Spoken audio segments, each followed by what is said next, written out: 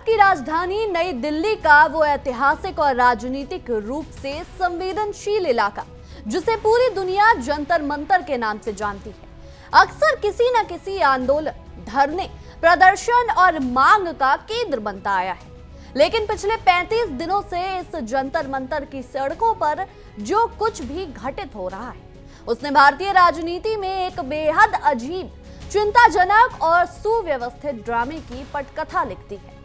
राष्ट्रीय पात्रता सह प्रवेश परीक्षा यानी नीट, इनके नतीजे और उसमें आई कथित गड़बड़ियों तथा पेपर लीक के अति संवेदनशील मुद्दे को एक राजनीतिक ढाल बनाकर सड़कों पर उतरी एक नई नवेली राजनीतिक महत्वाकांक्षी ताकत, कॉकरोच जनता पार्टी यानी सीजेपी। इन्होंने पूरे देश के शैक्षणिक और राजनीतिक माहौल को गर्मा कर रख दिया है। आज के इस विशेष वितरण में हम आपको इस पूरे घटनाक्रम की एक एक परत को बहुत ही बारीकी, गहराई और तथ्यात्मक विश्लेषण के साथ खोलकर सुनाएंगे। हम ये देखेंगे कि किस तरह देश के लाखों करोड़ों होनहार विद्यार्थियों, उनकी दिन रात की अनथक मेहनत, उनके पसीने और उनके मध्यम वर्गीय परिवारों के सुनहरे सपने के नाम पर अपनी राजनीतिक जमीन को पक्का करने और चमकाने की कोशिश की जा रही है। सीजेपी नाम की ये पार्टी किस तरह चुनी हुई सरकार को अपनी अनुचित शर्तों के आगे झुकाने और अपने इशारों पर नचाने का एक खतरनाक खेल खेल रही है। साथ ही हम इस पूरी कहानी के उस दूसरे पहलू पर भी रोशनी डालेंगे कि किस प्रकार देश की केंद्र सरकार ने अत्यंत संयम, संवैधानिक गरिमा, कूटनीतिक समझदारी, मानवीय संवेदनशीलता और प्रशासनिक कड़ाई का परिचय देते हुए इस पूरे विपक्षी चक्रव्यूह को एक झटके में ध्वस्त कर दिया। तो दोस्तों, कहानी की नींव तब पड़ी जब नीट परीक्षा के नतीजे घोषित हुए और देश के कुछ हिस्सों में परीक्षा में अनियमितताओं और पेपर लीक की खबरें सामने आई। भारत में नीट केवल एक परीक्षा भर नहीं है, ये देश के दूर दराज के गांव, छोटे शहरों और साधारण परिवारों के उन लाखों बच्चों का जीवन सपना है जो डॉक्टर बनकर समाज की सेवा की तमन्ना रखते हैं। जब यह मुद्दा सामने आया तो एक जिम्मेदार और संवेदनशील शासन के नाते केंद्र सरकार ने बिना एक पल गवाए इस पर कार्रवाई शुरू की। पारदर्शी तरीके से जांच एजेंसियों को इस काम पर लगाया गया। जांच सीबीआई जैसी निष्पक्ष संस्थाओं को सौंपी गई और दोषियों के खिलाफ साक्ष्य जुटाने की प्रक्रिया शुरू कर दी गई। लेकिन ठीक इसी मोड़ पर जब सरकार और प्रशासनिक तंत्र समस्या के वैज्ञानिक और कानूनी समाधान में जुटे थे, राजनीतिक गलियारों से उतरी कॉकरोच जनता पार्टी यानी सीजेपी का इरादा छात्रों की वास्तविक समस्याओं को समझना, शिक्षा व्यवस्था में रचनात्मक सुधार के लिए नीतिगत सुझाव देना या प्रशासनिक मदद करना बिल्कुल नहीं था। उनका सीधा और एकमात्र मकसद था छात्रों के गुस्से, उनके कंधे पर रखी बंदूक और उनकी मासूमियत का इस्तेमाल करके अपनी पार्टी का झंडा बुलंद करना। सीजेपी ने नई दिल्ली के जंतर मंतर पर अपना पक्का ठिकाना बना लिया। पिछले 35 दिनों से वहां लगातार एक ऐसा विरोध प्रदर्शन और धरना चलाया जा रहा है जो कम और एक सुनियोजित, मीडिया संचालित यानी पीआर ड्रामा जैसा लगता है। इस 35 दिनों के लंबे धरने की वजह से न सिर्फ मध्य दिल्ली की यातायात व्यवस्था और आम नागरिकों का जनजीवन बुरी तरह प्रभावित हुआ, बल्कि देश भर के प्रतियोगी परीक्षाओं और उनके परिजनों के मन में भ्रम, अनिश्चितता और भय का माहौल पैदा करने की भी साजिश रची गई। यहाँ प्रत्येक बुद्धिजीवी, जागरूक नागरिक और छात्र को ठहर कर एक अत्यंत बुनियादी सवाल पूछना चाहिए। क्या सीजेपी वास्तव में उन 22 लाख मासूमों और मेहनती परीक्षार्थियों का न्याय चाहती है, या फिर इस सारे शोर शराबे, नारेबाजी और बैनरों के पीछे कोई गहरी, छिपी हुई और षड्यंत्रकारी राजनीति महत्वाकांक्षा काम कर रही है? जब सरकार की नीयत पूरी तरह साफ थी, जब केंद्रीय एजेंसियां दिन रात एक करके असली गुनहगारों, प्रिंटिंग प्रेस से जुड़े बिचौलियों और पेपर लीक सिंडिकेट के सरगनों को हथकड़ियां पहना रही थी, ठीक उसी वक्त सीजेपी ने एक एक करके ऐसी अड़ियल, गैर जिम्मेदाराना और अव्यावहारिक शर्तें रखनी शुरू कर दी जिनका परीक्षा की व्यवस्था सुधारने या पीड़ित बच्चों को त्वरित न्याय दिलाने से दूर दूर तक कोई वास्ता था ही नहीं। दुनिया की किसी भी परिपक्व, विकसित और परिमार्जित लोकतांत्रिक व्यवस्था में अगर किसी बात पर मतभेद या विवाद उत्पन्न होता है तो उसका एकमात्र स्थायी समाधान केवल और केवल मेज पर बैठकर संवाद, वार्ता और तर्क संगत चर्चा के माध्यम से ही निकाला जा सकता है। सरकारें जनता के साथ संवाद के लिए बनी ही होती हैं, परंतु सीजेपी के शीर्ष नेताओं और उनके प्रवक्ताओं के अहंकार, नखरों और अड़ियल रवैये की मिसाल देखी। जब सरकार ने उनके साथ औपचारिक रूप से दूसरे दौर की वार्ता आयोजित करने का निर्णय लिया और उन्हें बातचीत की मेज पर आने का निमंत्रण दिया, तो सीजेपी ने एक बेहद अनूठी और हास्यास्पद शर्त थोप दी। सीजेपी ने कड़े लहजे में फरमान जारी किया कि वो सरकार के साथ किसी भी बातचीत के लिए ना तो किसी शास्त्री भवन, निर्माण भवन या नॉर्थ साउथ ब्लॉक जैसे सरकारी दफ्तर में जाएंगे और ना ही किसी केंद्रीय मंत्री या अधिकारी के आधिकारिक निवास स्थान पर कदम रखेंगे। उनकी जिद ये थी कि अगर केंद्र सरकार को उनसे बात करनी है तो वो किसी तटस्थ यानी न्यूट्रल जगह पर चलकर उन्हें आना पड़ेगा।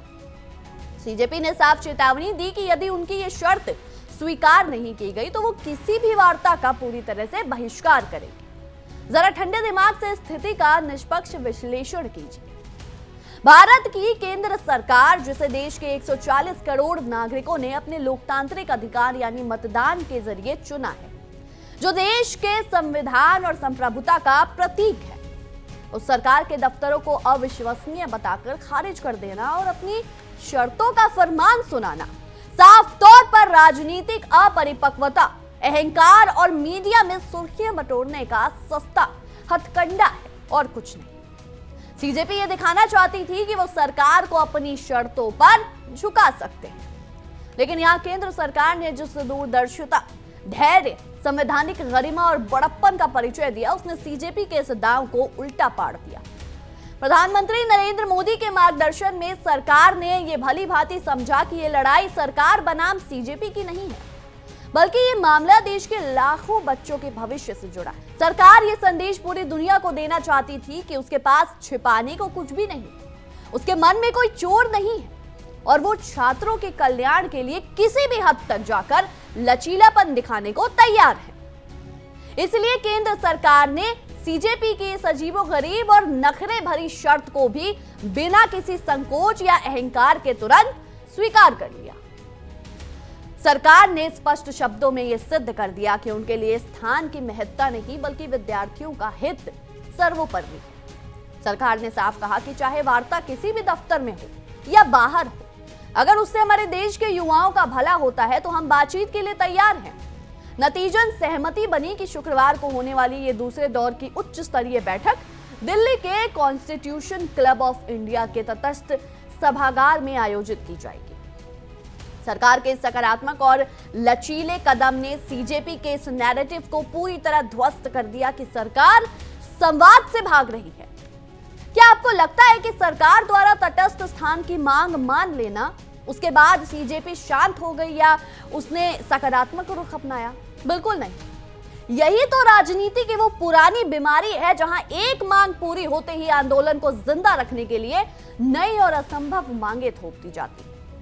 जैसे ही सरकार ने कॉन्स्टिट्यूशन क्लब में बैठक की बात स्वीकार की, सीजेपी ने तुरंत अपनी मांगों की एक नई और भी अधिक अड़ियल तथा अव्यावहारिक सूची जारी कर दी। उनकी अब सबसे पहली और गैर समझौतावादी शर्त जो है वो बताया आपको ये बन गई कि केंद्रीय शिक्षा एवं मानव संस्थान विकास मंत्री धर्मेंद्र प्रधान तुरंत अपने पद से इस्तीफा दें। अब आप खुद एक विवेकशील नागरिक के रूप में सोचिए, जब देश का कोई गंभीर मामला अदालत के विचाराधीन हो, जब जांच एजेंसियां सीबीआई दिन रात साक्ष्य एकत्र हो रही है, जब पूरी प्रशासनिक मशीनरी व्यवस्था को सुचारू बनाने में जुटी हो, तब बिना किसी कानूनी जांच रिपोर्ट, बिना किसी अदालती टिप्पणी और बिना किसी सिद्ध आरोप के सीधे देश के शिक्षा मंत्री का इस्तीफा मांगना क्या समस्या का समाधान है? या फिर यह सिर्फ और सिर्फ सरकार को पंगु बनाने और राजनीतिक गतिरोध पैदा करने के प्रदर्शन को महीनों तक खींचने की एक सोची समझी साजिश है? सीजेपी का ये अड़ियल और गैर जिम्मेदाराना रवैया तब और भी ज्यादा नंगा होकर सामने आया जब देश के प्रधानमंत्री नरेंद्र मोदी ने गुरुवार की देर रात एक बेहद गंभीर और भावुक और कड़ा वीडियो संदेश जारी किया। प्रधानमंत्री ने देश के तमाम छात्रों और उनके चिंतित माता पिता को सीधे संबोधित करते हुए सरकार के कड़े रुख, फास्ट ट्रैक कोर्ट्स और ऐतिहासिक कानूनों के निर्माण की जानकारी दी। लेकिन सीजेपी ने क्या किया? प्रधानमंत्री के इस अत्यंत संवेदनशील और राष्ट्र के नाम दिए गए संदेश की सराहना करने या उसमें दिए गए समाधानों पर विचार करने के बजाय सीजेपी ने अपने आधिकारिक एक्स ट्विटर हैंडल पर देर रात से ही पीएम मोदी के वीडियो की रिप्लाई करते हुए अपनी वही पुरानी घिसी पिटी राजनीतिक मांगों की रट लगा दी। उन्होंने लिखा कि शिक्षा मंत्री धर्मेंद्र प्रधान का तुरंत इस्तीफा होना चाहिए। प्रदर्शन के दौरान जिन पुलिसकर्मियों ने या अधिकारियों ने छात्रों को रोका, उन पर कड़ी दंडात्मक कार्रवाई हो। मानसिक तनाव के कारण आत्महत्या करने वाले पीड़ित छात्रों के परिवार को तुरंत भारी मुआवजा मिले और पेपर लीक के सभी दोषियों को कठोरतम सजा दी जाए। सीजेपी के मुख्य प्रवक्ता सौरभ दास और उनके साथी जिस तरह से हर 2 घंटे पर टीवी चैनलों के कैमरों के सामने आकर बयानबाजी कर रहे हैं, उससे उनकी असली नीयत साफ झलकती है। जब देर रात सरकार ने उन्हें सम्मान पूर्वक कॉन्स्टिट्यूशन क्लब की बैठक का औपचारिक निमंत्रण पत्र भेजा, तो सौरभ दास ने गंभीर प्रतिनिधि की तरह बात करने के बजाय मुस्कुराते हुए मीडिया से कहा कि वो बहुत खुश हैं कि सरकार उनकी मांग पर राजी हो गई है और बैठक न्यूट्रल जगह पर हो रही है। ये भाषा किसी ऐसे व्यक्ति की नहीं है जो देश के शिक्षा ढांचे को बचाने के लिए चिंतित हो, बल्कि ये भाषा उस नेता की है जो किसी भी तरह से सरकार को झुकाकर अपनी पीठ थपथपाना चाहता है और इसका राजनीतिक माइलेज लेना चाहता है। दोस्तों, जंतर मंतर पर चल रहे सीजेपी आंदोलन के ड्रामे के दौरान एक और बेहद नाटकीय घटनाक्रम देखने को मिला, जिसने देश भर के मीडिया का ध्यान आकर्षित किया। प्रसिद्ध पर्यावरणविद और सामाजिक कार्यकर्ता सोनम वांगचुक भी नीट पेपर लीक के मुद्दे को लेकर सीजेपी के प्रदर्शन में समर्थन में कूद पड़े। सोनम वांगचुक ने 28 जून को सीजेपी के आंदोलन को अपना समर्थन देते हुए अनिश्चितकालीन अनशन यानी भूख हड़ताल शुरू कर दिया था। देखते ही देखते दिन बीतते गए और वांगचुक का अनशन 26 दिनों के लंबे सफर तक पहुंच गया। 26 दिनों तक लगातार भूखे रहने के कारण ढलती उम्र और गिरते स्वास्थ्य की वजह से उनकी शारीरिक स्थिति बेहद चिंताजनक हो गई। इस दौरान स्थिति की संवेदनशीलता को देखते हुए उन्हें पहले दिल्ली के सफदरजंग अस्पताल में भर्ती कराया गया, लेकिन स्थिति में अपेक्षित सुधार न होने और कानूनी पेचीदगियों के चलते दिल्ली उच्च न्यायालय को बीच में हस्तक्षेप करना पड़ा। हाईकोर्ट के कड़े आदेश और निर्देशों के बाद सोनम वांगचुक को तुरंत विश्व स्तरीय चिकित्सा सुविधाओं से लैस गुरुग्राम के मेदांता अस्पताल में शिफ्ट किया गया। जब वांगचुक अस्पताल में अपनी सेहत से जूझ रहे थे, तब भी सीजेपी के कुछ नेता उनके नाम पर अपनी राजनीतिक रोटियां सेकने से बाज नहीं आ रहे थे। वो वांगचुक की स्थिति को लेकर भी सरकार पर निशाना साध रहे थे।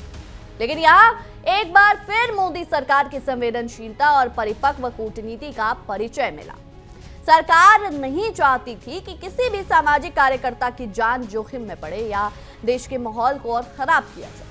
गुरुवार की देर रात लगभग 12:30 बजे जब पूरा देश सो रहा था, तब केंद्र सरकार के 2 बेहद वरिष्ठ और जिम्मेदार प्रतिनिधि, केंद्रीय स्वास्थ्य मंत्री और भाजपा अध्यक्ष जेपी नड्डा और केंद्रीय राज्य मंत्री डॉक्टर जितेंद्र सिंह खुद मेदांता अस्पताल पहुंचे। केंद्रीय मंत्रियों ने अस्पताल के डॉक्टरों से सोनम वांगचुक के स्वास्थ्य का पूरा हालचाल लिया। इसके बाद वो सीधे वांगचुक के बेड के पास पहुंचे। नड्डा और जितेंद्र सिंह ने अत्यंत सम्मानजनक और मानवीय भाव से सोनम वांगचुक से बातचीत की। उन्होंने वांगचुक को विस्तार से समझाया कि केंद्र सरकार नीट मामले में क्या-क्या अभूतपूर्व और कड़े कानूनी कदम उठा रही है, कैसे फास्ट ट्रैक कोर्ट बनाए जा रहे हैं और किस तरह संसद में एक नया ऐतिहासिक एंटी पेपर लीक कानून लाया जा रहा है। सरकार के इन शीर्ष प्रतिनिधियों के संवेदनशील रुख, ठोस आश्वासनों और पारदर्शी रोड मैप को देखकर सोनम वांगचुक का दिल पिघल गया।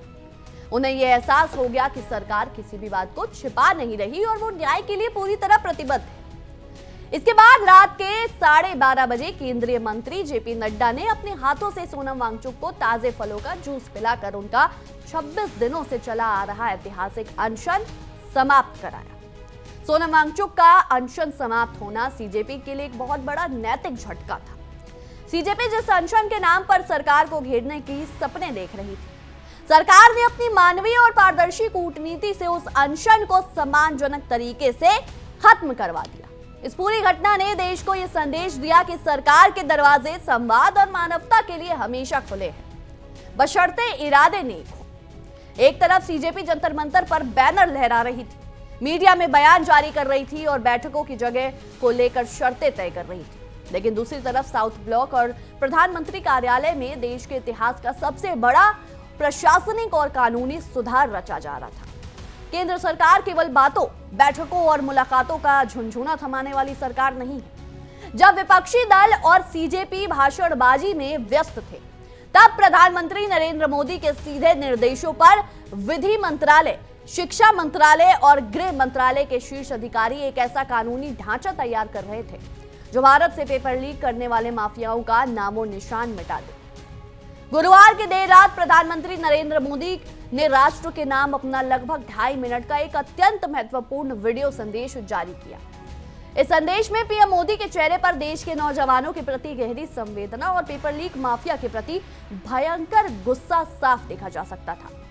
प्रधानमंत्री ने कड़े और दोतूक शब्दों में कहा कि नीट परीक्षा या किसी भी प्रतियोगी परीक्षा में पेपर लीक होना कोई साधारण बात या मामूली प्रशासनिक चूक नहीं है। यह हमारे लाखों करोड़ों होनहार गरीब और मध्यम वर्गीय परिवारों के बच्चों के दिन रात के पसीने और उनके सपनों का एक खौफनाक हमला है। यह अत्यंत पीड़ादायक है। पीएम ने देश के हर छात्र और उनके माता पिता को यह विश्वास दिलाया कि उनकी पीड़ा सरकार की अपनी पीड़ा है और सरकार इस पाप को करने वाले किसी भी दोषी को, चाहे वो कितना भी ताकतवर क्यों ना हो, बख्शेगी नहीं। प्रधानमंत्री ने देश के सामने अपनी सरकार के रिपोर्ट कार्ड को रखते हुए जो आंकड़े दिए, उससे सीजेपी के सारे झूठे दावों की हवा निकाल दी। पीएम मोदी ने बताया कि पिछले 2.5 महीनों के भीतर सरकार ने हाथ पर हाथ रखकर राजनीति नहीं की, बल्कि कठोरतम प्रशासनिक कार्रवाई की गई। पेपर लीक सिंडिकेट, दलालों, कोचिंग सेंटर के संदेहास्पद संचालकों और प्रिंटिंग प्रेस के जिम्मेदार कर्मचारियों को चुन चुनकर गिरफ्तार किया गया और उन्हें जेल की सलाखों के पीछे ठूस दिया गया। इसके अलावा सरकार के सामने सबसे बड़ी चुनौती ये थी कि क्या पूरी प्रक्रिया को ठप करके लाखों बच्चों का एक पूरा बहुमूल्य शैक्षणिक वर्ष बर्बाद होने देना चाहिए। सरकार ने अद्भुत प्रशासनिक क्षमता का प्रदर्शन करते हुए अत्यंत कड़े सुरक्षा इंतजामों के बीच बहुत ही कम समय में 22 लाख से अधिक परीक्षार्थियों की नीट परीक्षा पुनः निष्पक्ष और पारदर्शी तरीके से आयोजित कराई। इस पुनरीक्षित परीक्षा के नतीजे भी पूरी शुद्धता के साथ 19 जुलाई को घोषित कर दिए गए, ताकि काउंसलिंग की प्रक्रिया समय पर शुरू हो सके और किसी भी छात्र का भविष्य अधर में ना लटके। लेकिन प्रधानमंत्री नरेंद्र मोदी और उनकी कैबिनेट इतने पर ही रुकने वाले नहीं। शुक्रवार दोपहर 1 बजे प्रधानमंत्री मोदी की अध्यक्षता में केंद्रीय कैबिनेट की एक बहुत ही महत्वपूर्ण और ऐतिहासिक बैठक बुलाई गई। इस कैबिनेट का एकमात्र मुख्य एजेंडा था पेपर लीक पर सख्त कानून के मसौदे को मंजूरी देना। इस प्रस्तावित नए कानून में जो प्रावधान शामिल किए गए, वो भारत के प्रशासनिक इतिहास में अभूतपूर्व है। अब पेपर लीक से जुड़े मामलों की सुनवाई आम अदालतों में सालों साल तक नहीं लटकेगी। सरकार ने विशेष फास्ट ट्रैक कोर्ट गठित करने का फैसला किया है, जहां महीनों या हफ्तों के भीतर मुकदमे का फैसला होगा और दोषियों को सजा सुनाई जाएगी। नए कानून के तहत पेपर लीक कराने वाले संगठित गिरोहों और दलालों के लिए 10 साल तक की सख्त जेल की सजा और भारी भरकम जुर्माने का प्रावधान किया गया है। पेपर लीक से काली कमाई करने वाले माफियाओं और कोचिंग संचालकों की अवैध संपत्तियों को तुरंत जब्त और कुर्क करने का अधिकार एजेंसियों को दिया जा रहा है। कैबिनेट की मंजूरी मिलते ही सरकार इस कठोर बिल को इस मॉनसून सत्र में संसद के पटल पर रखेगी और इसे जल्द से जल्द कानून का रूप देकर पूरे देश में लागू करेगी। प्रधानमंत्री मोदी के इस कानूनी और प्रशासनिक मास्टर स्ट्रोक ने सीजेपी, राहुल गांधी और पूरे विपक्षी खेमे के हाथों से पूरा का पूरा राजनीतिक गुब्बारा ही छीन लिया, जिसमें वो 35 दिनों से हवा भर रहे थे। नीट परीक्षा के संवेदनशील मामले ने भारतीय राजनीति के उस सबसे बदसूरत चेहरे को भी देश के सामने लाकर खड़ा कर दिया है, जिसे हम गिद्ध राजनीति कहते हैं। जब भी देश में कोई बड़ी आपदा, दुर्घटना, असंतोष या परीक्षा से जुड़ा संकट उत्पन्न होता है, तो एक आदर्श विपक्ष का धर्म यह होता है कि वो सरकार को ठोस, व्यावहारिक और रचनात्मक सुझाव दे, ताकि व्यवस्था को बेहतर बनाया जा सके। लेकिन भारतीय राजनीति में मुख्य विपक्षी दल राहुल गांधी और उनके सहयोगियों ने इस नीट मामले को केवल एक राजनीतिक अवसर के रूप में देखा। जैसे ही जंतर मंतर पर सीजेपी ने अपना तंबू गाड़ा, राहुल गांधी और विपक्ष के कई बड़े नेता तुरंत इस बहती गंगा में हाथ धोने के लिए कूद पड़े। वो सड़कों पर उतरकर बयानबाजी करने लगे, प्रेस कॉन्फ्रेंस करने लगे और सरकार पर यह झूठा आरोप मढ़ने लगे कि सरकार छात्रों के खिलाफ है और पेपर लीक कराने वालों को संरक्षण दे रही है। लेकिन आइए आज हम ठंडे दिमाग से तुलना करते हैं। एक तरफ सीजेपी और विपक्ष का रवैया है जो जंतर मंतर पर 35 दिनों तक टीवी कैमरों के सामने विरोध प्रदर्शन, बैनरबाजी और नारेबाजी में व्यस्त है।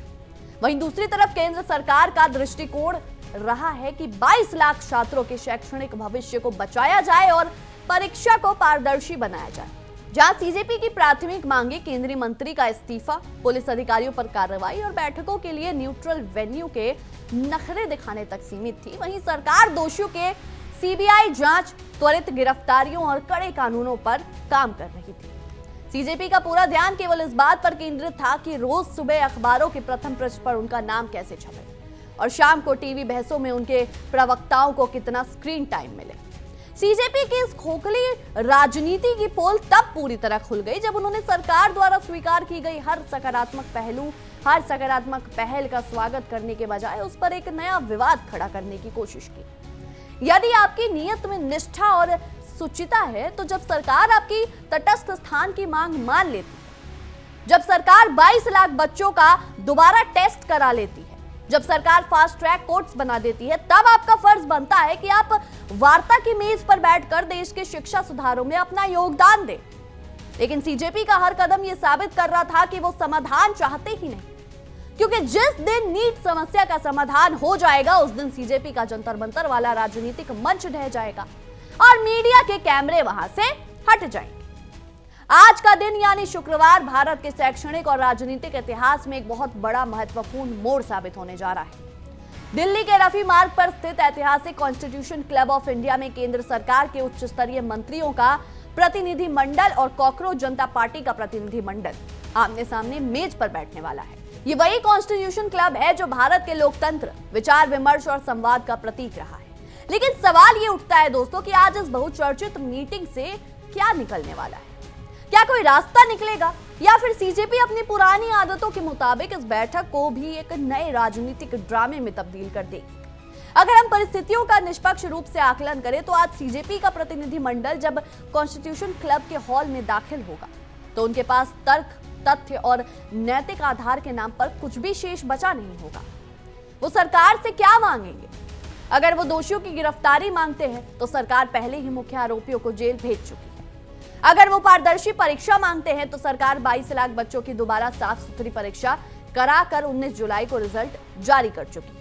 अगर वो सख्त सजा और फास्ट ट्रैक ट्रायल मांगते हैं तो मोदी कैबिनेट आज दोपहर 1 बजे संसद में पेश होने वाले कड़े एंटी पेपर लीक बिल और फास्ट ट्रैक कोर्ट के मसौदे पर अपनी आधिकारिक मुहर लगा रही।